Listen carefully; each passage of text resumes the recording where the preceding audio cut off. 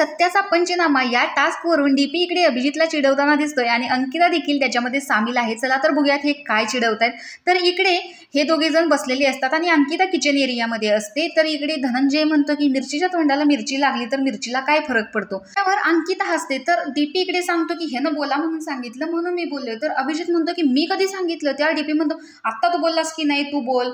तर मी तेच सांगतोय। तर अभिजित सांगतो की मी सांगितलं की मला जे सांगताय ते समोर बघून बोला, एवढंच झालंय। त्यावर डीपी म्हणतो की कालच्या गेम प्रमाणे खेळलो रे, तू बोल म्हणलास की नाही, मग मी बोललो। त्यावर अंकिता देखील हसते आणि म्हणते तुम्ही बोला म्हटला म्हणून ते बोलले। त्यावर अभिजित म्हणतो की हा मारा, तुम्ही मला स्टॉन्ट मारा। त्यावर अंकिता म्हणते नाही हो चांगले आहे नाही। तर डीपी म्हणतो की अरे तू कैवारी आहेस, गरीब बोरिंग टीम बी चा कैवारी आहेस, मग कैरी येऊ दे नाहीतर वार येऊ दे, तुलाच झेलायचंय। तर अभिजित म्हणतो जळतात मेले। तर अंकिता म्हणते मी कशात जळू।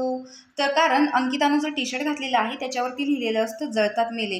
तर इकडे पॅडी म्हणतो की अरे पण मला कळत नाही, लग्न झालं ह्याचं तरी पण ह्याच्यावरती जळतात, आणि असे म्हणून सगळेच इथे हसायला सुरुवात करतात। तर तो सांगतो की मी याचा बायोडाटा जो आहे तो मी माझ्याकडे ठेवणार आहे, म्हणजे मी याच्यासाठी दुसरी बायको बघणार। तर अभिजित म्हणतो नको नको माझ्यासाठी दुसरी बायको नको, पण हे बोलताना त्याचा चेहरा जो आहे तो सिरियस असतो।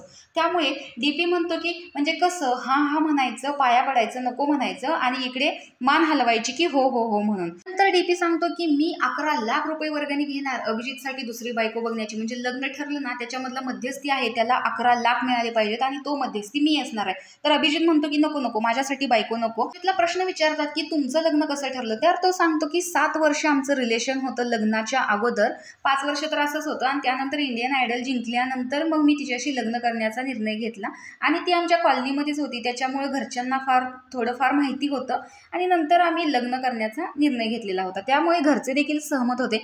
तर अशा प्रकारे अभिजित आणि त्याच्या बायकोची इकडे लव्ह स्टोरी अभिजित सांगताना दिसतोय। तर सत्याचा पंचनामा या गेम मध्ये टीम ए ला करन्सी मिळवून न दिल्याबद्दल घरचे सुद्धा अतिशय इकडे उत्साहात आहेत। तर तुम्हाला कसं वाटलंय कमेंट बॉक्स मध्ये नक्की सांगा। तोपर्यंत बाय।